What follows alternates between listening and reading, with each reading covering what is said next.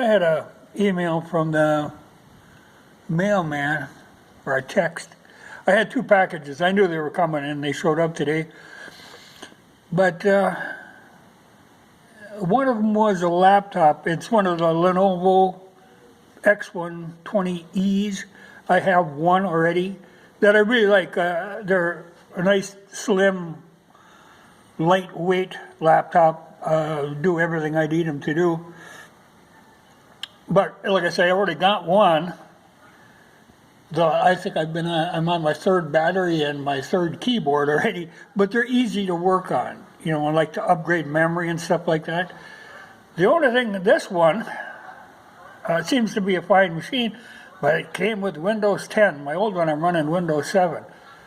Now, this Windows 10 is going to be a new experience for me. I can figure it out, but the temptation would be to put 7 on, or XP even. This has got these tile things that I'm not real familiar with. But I know there are times where some hardware that I plug into really wants to be running a newer version of Windows than 7. The reason I like these, I've always had Thinkpads. But when IBM sold the Thinkpad line to Lenovo, I went ahead and started buying Lenovo ones because they have that pointing device. I'm used to that. That's what I like. I much prefer it. I'm glad to see it's in good shape. I was a little concerned when he texted. He said, I told him just throw it in the maintainer shed because it's right next door to the post office, and I just pick it up when I came into work today. But I happened to think after I texted him, another thing coming in the other box was this little 20-pound anvil. Well, the two things really don't get along well. You don't go throwing them around. But it's just a nice little anvil that would be handy for a lot of things. And I thought, okay. And for some peculiar reason, it's like a $50 new forged steel anvil. I'm sure it's Chinese. But it only costs like $2.97 to ship. Now, how in the world the guy could do that, I don't know. But, nice enough little anvil that'd be handy for working on a lot of little stuff, riveting and stuff. That's all I need. I've got a bigger one, and my brother has a much bigger one. And I keep looking for a real good sized one, but they're pretty spendy. And, not an easy thing to ship. But they both survived. Well, I was figuring this one would have made a break out of the box, but the box actually was holding.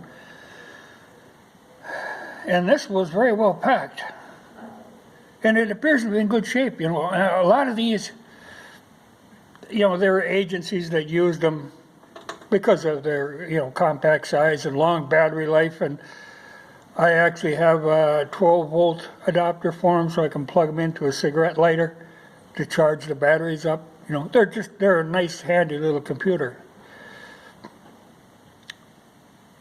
So I thought it'd be good to have a backup. And I kind of want to look around and see if I can't find one just to have for parts. They'll run like 8 gigs of memory. They got a like 350 gig hard drive. Not the fastest, like this I think is 1.6 gigahertz, but enough to do. I do all my video editing on it. There's no like CD-ROM drive or anything, but I've got external CD burner. But the one thing I really like about them, they actually have, the SD card slot built right into them. So it just makes it simple for me to work with my videos and pictures and everything. Well, that's a new toy, but now I just have to learn another accursed Microsoft product. One of these days, I'd like to get one of these, just put Linux on it, or I'd like to try one of the solid-state hard drives. Like I said, they're easy to work on, and I can put a solid-state hard drive in it. I think that would even increase my battery life. But they're good for like 4 hours now, so not a big deal.